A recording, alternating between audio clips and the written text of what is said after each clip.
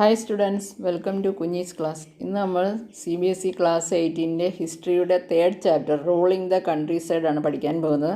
പാഠത്തിലേക്ക് പോകുന്നതിന് മുമ്പായിട്ട് നമ്മുടെ ചാനൽ ഇതുവരെ സബ്സ്ക്രൈബ് ചെയ്യാത്തവർ സബ്സ്ക്രൈബ് ചെയ്യണം. പറഞ്ഞില്ലെങ്കിലും നിങ്ങളെല്ലാവരും സബ്സ്ക്രൈബ് ചെയ്യുമെന്ന് എനിക്കറിയാം, എങ്കിലും ഓർമ്മിപ്പിക്കുകയാണ്. ഓക്കെ, അതുപോലെ തന്നെ നമ്മുടെ വീഡിയോ ഇഷ്ടപ്പെട്ടാൽ ലൈക്ക് ചെയ്യുക, നിങ്ങളുടെ ഫ്രണ്ട്സിനൊക്കെ ഇതൊന്ന് ഷെയർ ചെയ്ത് കൊടുക്കുക. Okay, the Munro system. In the British territories in the South, there was a similar move away from the idea of permanent settlement. The new system that was devised came to be known as the Ryot War or Ryot Wari.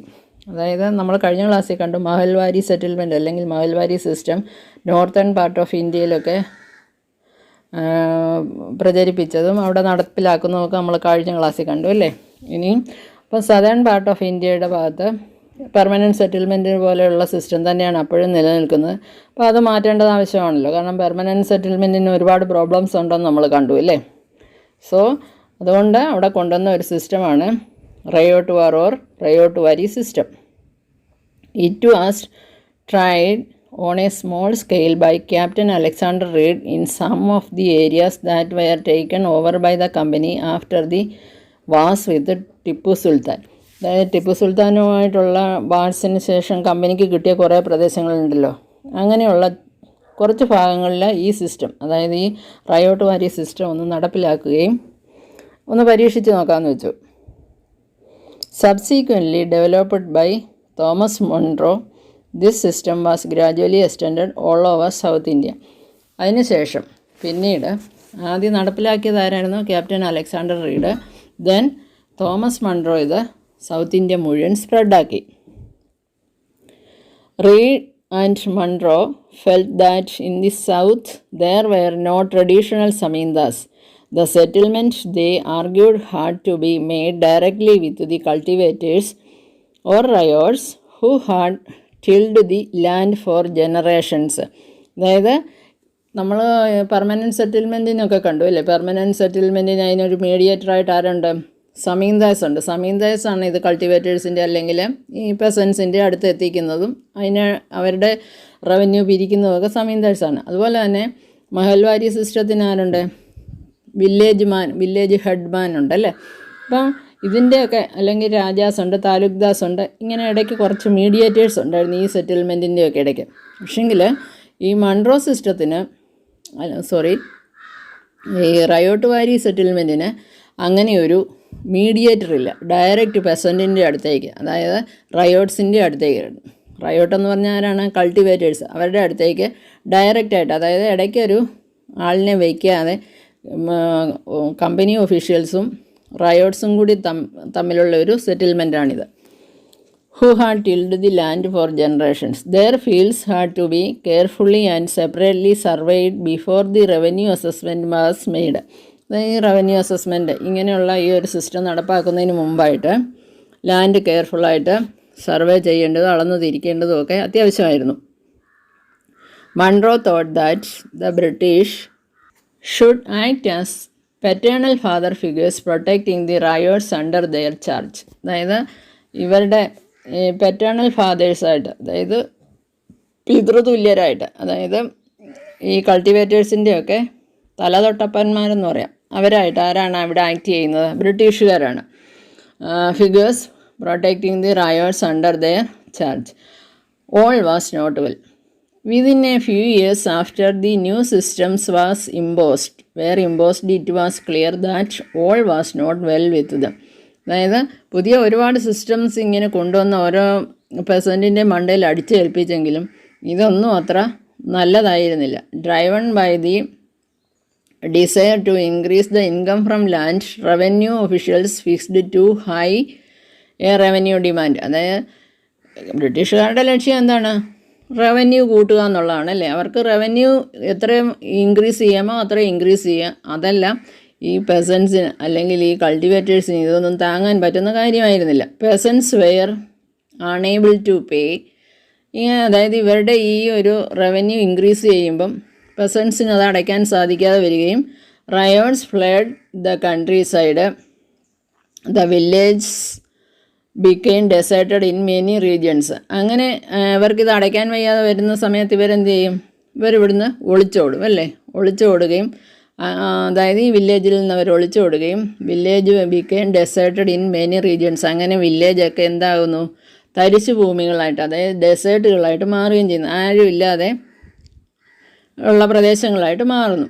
Optimistic officials had imagined that the new systems would transform the peasants into rich enterprising farmers, but this did not happen. അതായത് ഈ optimistic ആയിട്ടുള്ള officials വിചാരിച്ചിരുന്ന ഈ പുതിയ സിസ്റ്റമൊക്കെ വരുമ്പോൾ ഈ പെസൻസിന് അല്ലെങ്കിൽ ഈ cultivators അവരൊക്കെ റിച്ചാകുക എന്ന് പറഞ്ഞാൽ അതിൻ്റെ പ്രയോജനം ആർക്കാണ്? കമ്പനിക്കാണ് അല്ലേ? അപ്പം ഈസ്റ്റ് ഇന്ത്യ കമ്പനി അതോടുകൂടി അങ്ങനെ ഡെവലപ്പാകും. കാരണം അവർക്ക് ഇവിടെ നിലനിന്ന് പോകണമെങ്കിൽ ഇവിടെ ഉള്ളവരെ എങ്ങനെ തീരെ ഇതായി കഴിഞ്ഞാൽ അവർക്ക് നിലനിൽപ്പില്ലല്ലോ. അപ്പോൾ അവർക്ക് നിലനിന്ന് പോകണം, അല്ലെങ്കിൽ അവരുടെ റവന്യൂ ഇൻക്രീസ് ചെയ്തുകൊണ്ടേയിരിക്കണം. ഇതിനൊക്കെ ഇവിടുത്തെ കൾട്ടിവേറ്റേഴ്സിനെ നല്ല രീതിയിലാക്കിയെങ്കിലേ ഒക്കുള്ളൂ എന്നുള്ള രീതിയിലാണ് ഇവർ ഈ സെറ്റിൽമെൻറ്റുകൾ അല്ലെങ്കിൽ ഈ സിസ്റ്റംസൊക്കെ കൊണ്ടുവന്നത്. പക്ഷെങ്കിൽ ഇതെല്ലാം ഇവർക്ക് ദോഷകരമായിട്ട് തീരുകയാണ് ചെയ്തത്. Crops for Europe. The British also realized that the countryside could not only yield revenue, it could also grow the crops that Europe required. By the late 18th century, the company was trying its best to expand the cultivation of opium and indigo. അതായത് crop develop ചെയ്യുക, അതിൽ കൂടി വരുമാനം ഉണ്ടാക്കുക. അതിൻ്റെ ഫലമായിട്ട് അവർ കൊണ്ടുവന്നതാണ് opium, cultivation of opium and India. Opium എന്ന് പറഞ്ഞാൽ എന്താണ്? ഈ കറുപ്പ്, അതൊരു ലഹരി സാധനമാണ്. അതിൻ്റെ കൾട്ടിവേഷൻ, അതുപോലെ തന്നെ IndiGo cultivation. What is IndiGo? IndiGo എന്ന് പറഞ്ഞാൽ നിങ്ങൾ ഇൻഡിഗോ പൗഡറൊക്കെ കണ്ടിട്ടുണ്ടല്ലോ, അല്ലെങ്കിൽ കേൾക്കുന്നില്ലേ? അതായത് മുടി വളർച്ചയ്ക്ക് അല്ലെങ്കിൽ മുടിക്ക് കറുപ്പ് കിട്ടാൻ വേണ്ടിയിട്ടൊക്കെ തലയിൽ തേക്കുന്നതാണ് ഇൻഡിഗോ. അതായത് നീലയമരി എന്നാണ് അതിൻ്റെ മലയാളം. നീലയമരി അതായത് ഒരു ചെടിയാണ്. ഈ വട്ടത്തി ഇലയുള്ള ഒരു ചെടിയാണ്. അതിൻ്റെ ചുവട്ടിലൊക്കെ നോക്കിയാൽ നമുക്ക് കാണാൻ നല്ല നീല നിറം കാണാനായിട്ട് സാധിക്കും. അതായത് ഫുൾ ഇലയ്ക്ക് നീലയെന്നല്ല, ഇലയ്ക്കൊരു പച്ച തന്നെയാണ്, ഡാർക്ക് ഗ്രീനാണെന്ന് പറയുന്നത്. ഡാർക്ക് ഗ്രീനും അല്ല, ഒരു നീല കലർന്ന ഒരു ഗ്രീനാണ് ഇലയ്ക്ക്. അതിൽ നിന്ന് റിച്ച് ബ്ലൂ കളറാണ് കിട്ടുന്നത്. സോ അതാണ് അതിന് അത്ര ഡിമാൻഡുള്ളത്. അപ്പോൾ അത് ഈ ഹെയർ ഡൈ ആയിട്ടൊക്കെ ഉപയോഗിക്കും, നാച്ചുറൽ ഹെയർ ഡൈസിനൊക്കെ ഉപയോഗിക്കും. കാരണം നല്ല ഡാർക്ക് ബ്ലൂ കളറാണ്, അതുകൊണ്ട് മുടി കറക്കുകയൊക്കെ ചെയ്യും. അതിന് വേണ്ടിയിട്ട് ഉപയോഗിക്കുന്നു എന്ന് പറയുന്നു.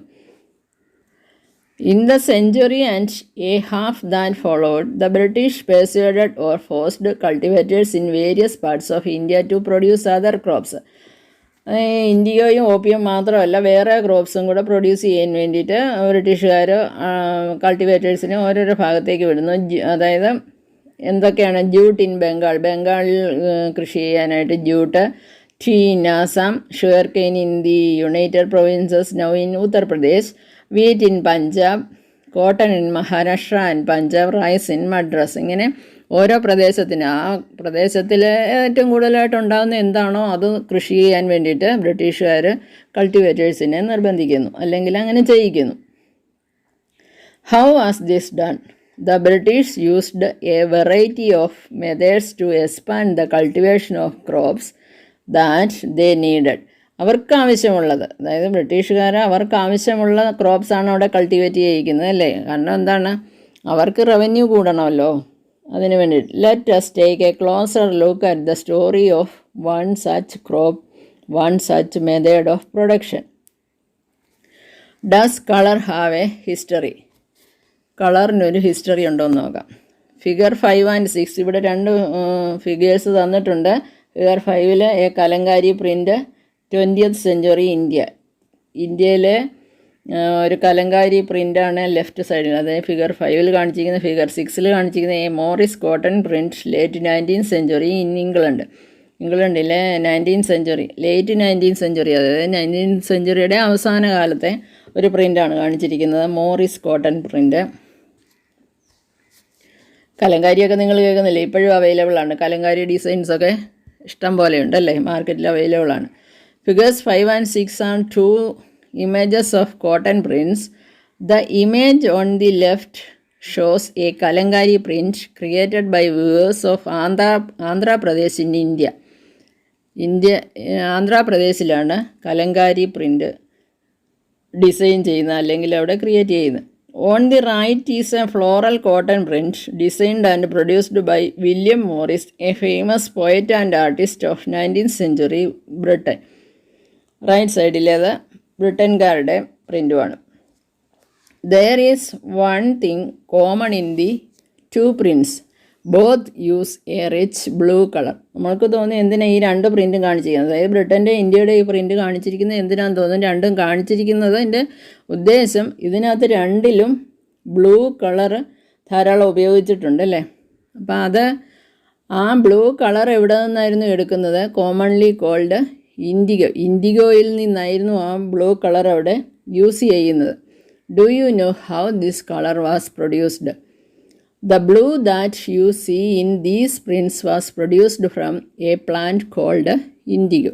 ഇൻഡിഗോയിൽ നിന്നെടുക്കുന്ന ബ്ലൂ കളറാണ് ഇവിടെ ഈ പ്രിൻറ്റുകൾക്കൊക്കെ യൂസ് ചെയ്തിരുന്നത്. It is likely that the blue dye used in the Morris prints in 19th century Britain was manufactured from indigo plants cultivated in India.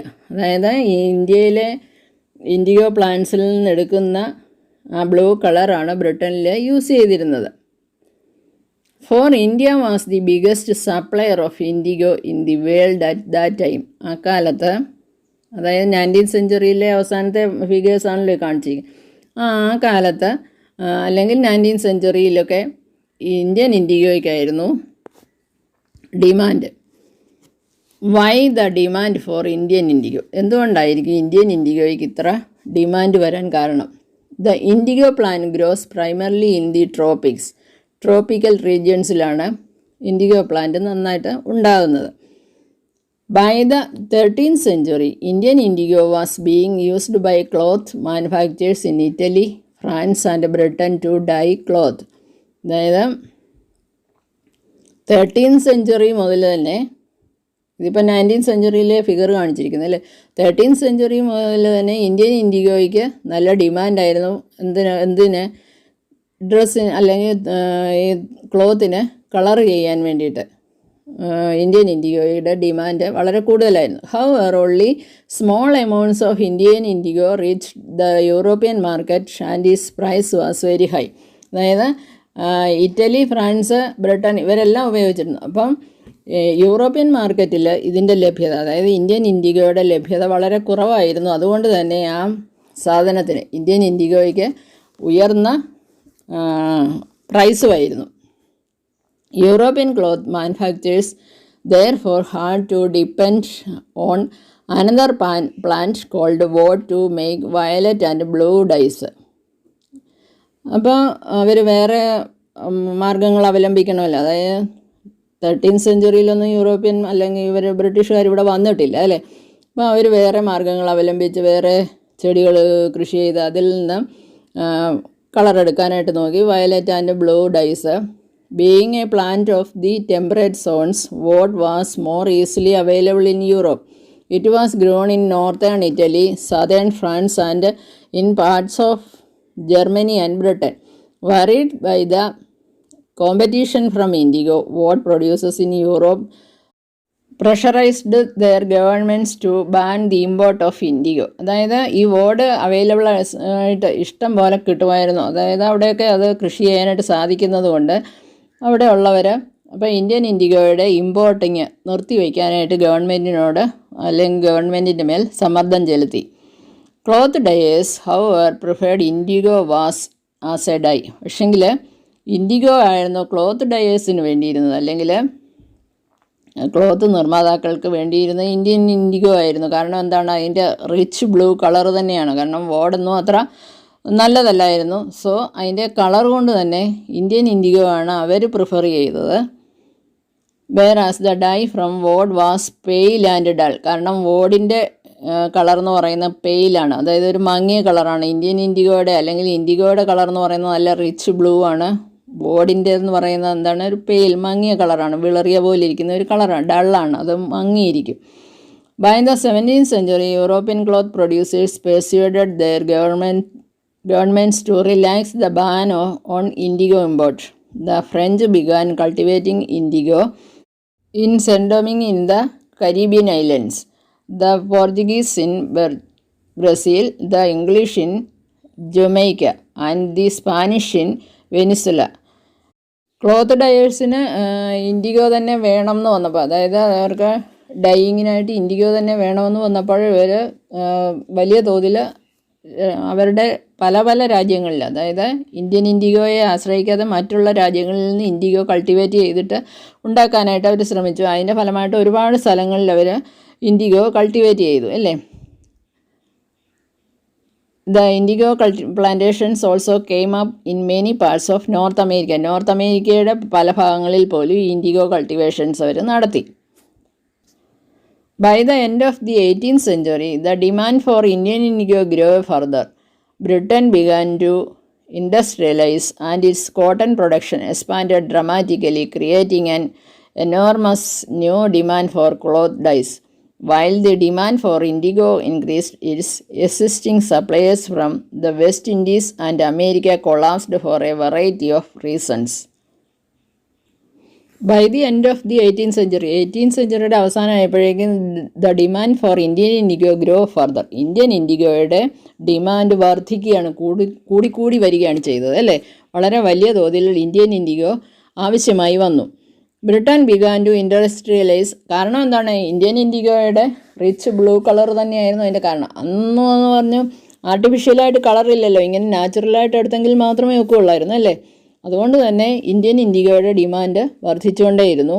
Britain began to industrialise and its cotton production expanded dramatically. ബ്രിട്ടന് ആ സമയത്താണ് industrialise means വ്യവസായവൽക്കരണം കൊണ്ടുവരികയും അതിൻ്റെ ഫലമായിട്ട് അവരുടെ cotton production expand ചെയ്യുകയും ചെയ്തു. Creating an enormous new demand for cloth dyes. അതിൻ്റെ ഫലമായിട്ട് അവരുടെ കോട്ടൺ പ്രൊഡക്ഷൻ എക്സ്പാൻഡ് ചെയ്യുക എന്ന് പറഞ്ഞാൽ കോട്ടൺ വസ്ത്രങ്ങൾ ഉണ്ടാക്കുക. അപ്പോൾ അതിൻ്റെ ഡൈസിൻ്റെ എല്ലാം ഡിമാൻഡ് വർദ്ധിക്കും അല്ലേ.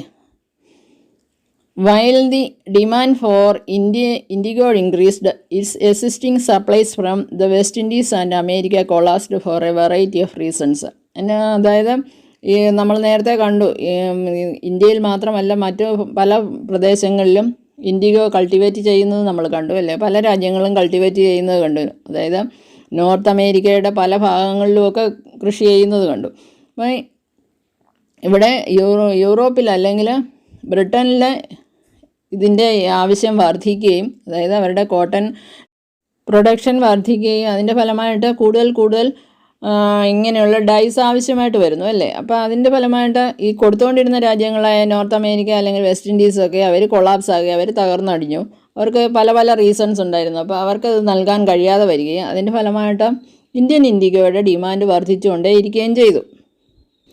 Between 1783 and 1789, the production of indigo in the world fell by half.